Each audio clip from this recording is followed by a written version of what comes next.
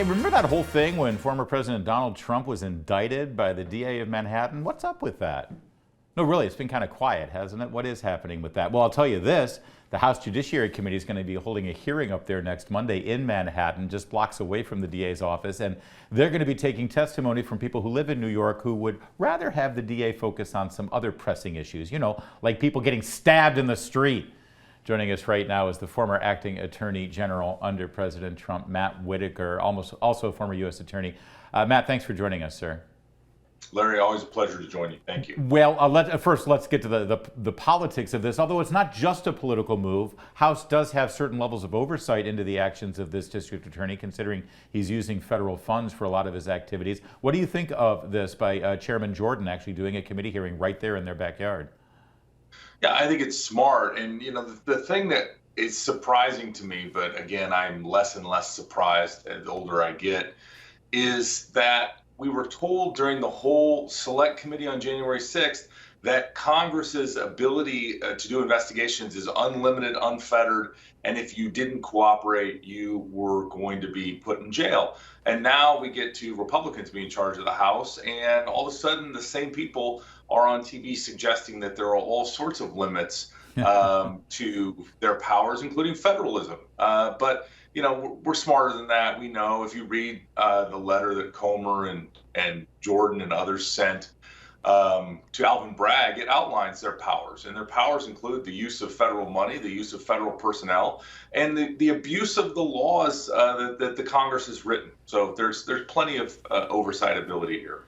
And it also sends a pretty important statement. This is a guy who has downgraded felony convictions and felony sentences, over half of the felony convictions that he's seen there. He's downgraded them to misdemeanors, and at the same time he claims that he's only going after Donald Trump because the law is the law, like he's suddenly Inspector Javert here.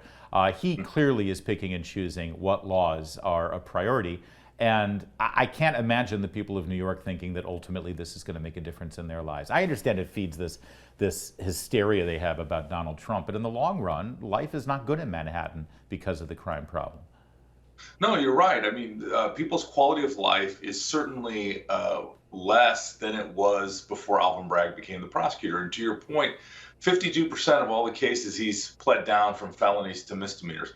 Law enforcement is demoralized in New York. Unfortunately, this prosecutor seems solely focused on getting Donald Trump. And I've never seen a case of obvious selective prosecution in my life. I've never seen a case that while the facts happened in 2017, we now get around to charging these crimes in 2023. I mean, this is extraordinary case, and I can't believe that people actually, with a straight face, suggest that this isn't solely an intentional attack on Donald Trump and to try to disqualify him or at least weaken him from his presidential campaign. So, Matt, listen, I'm not a big eye for an eye guy. I can't remember the wise man who once said that if we all live by an eye for an eye, there's going to be a whole lot of blind people running things around here. So I get that.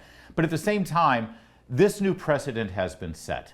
So what is stopping a district attorney in Florida or Texas or Kentucky bringing up, finding their own grand jury and finding charges against, you name the Democrat politician, Nancy Pelosi, Joe Biden, Kamala Harris. There's tons of stuff that should be investigated that we can go after them for. Why shouldn't a district attorney do exactly to them what they have done to Donald Trump?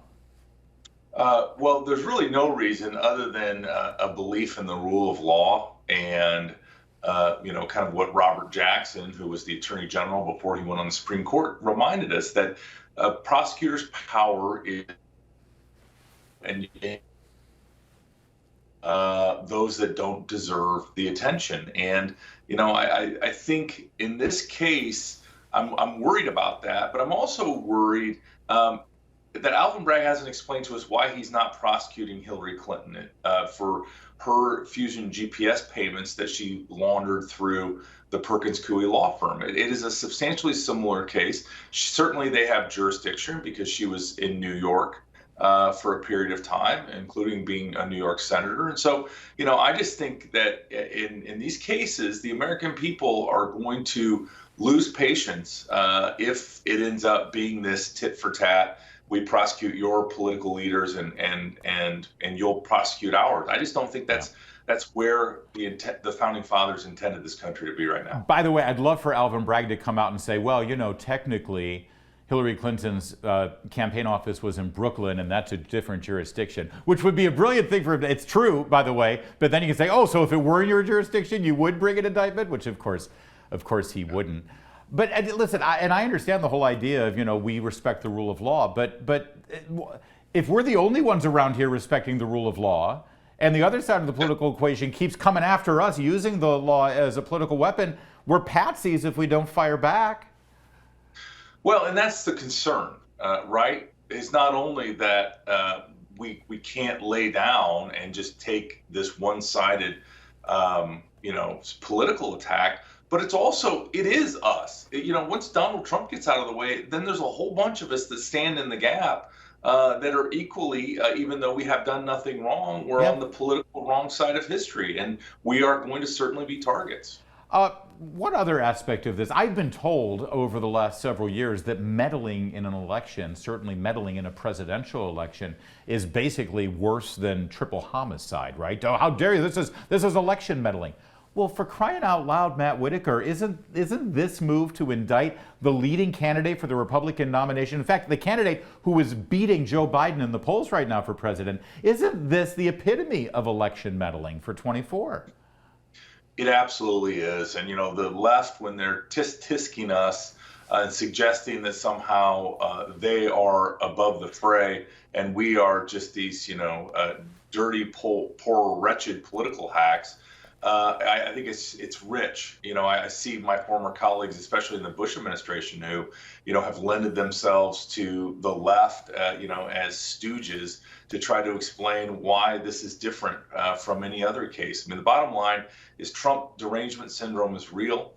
It is affecting many of our fellow Americans, and it is only a reason why Donald Trump needs to continue to fight through this and all of the other accusations that have been made against him, because he's really the only person that appears to be threatening to the left, which to me is in America's interest to have someone that can challenge their worldview, because it's incredibly dangerous. We're seeing it play out daily in the Biden administration's policies. Are you concerned about Merrick Garland's Justice Department in all of this? They've been oddly silent. They never seem to hesitate to make comments about things going on in the realm of justice. And also the Federal Department of Justice, they have a role in sort of setting a standard for the rest of the nation. Shouldn't they speak out one way or the other on this? Yeah, I think that's dangerous. I mean, certainly we have to, I'm sure Merrick Garland is thankfully in his own mind resting on the separation of powers between the states and the federal government.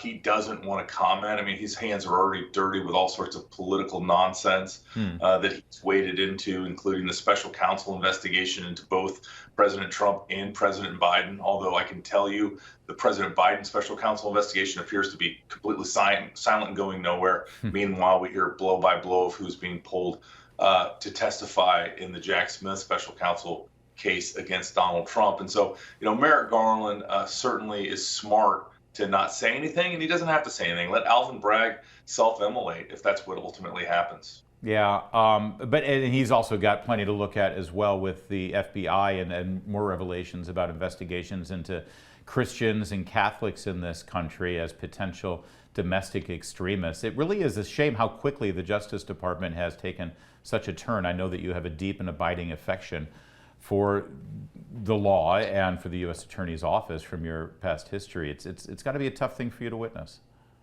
Well, I mean, obviously the DOJ and FBI was very busy over Easter weekend making sure that all of their targets were covered as they attended church and celebrated the risen Savior. But that being said, I do have a lot of affinity for the Department of Justice. Justice has certainly lost its way. It's something that needs strong leadership, statesmen and stateswomen that will lead it into where it needs to be, which is above the fray, above politics, and stand for the rule of law. Amen to that. Well, I hope you enjoy your post-Easter time. And I'm seeing 80-degree weather all week long and sunny skies in Iowa there. Enjoy it. That's Matt Whitaker. More to come on O'Connor Tonight.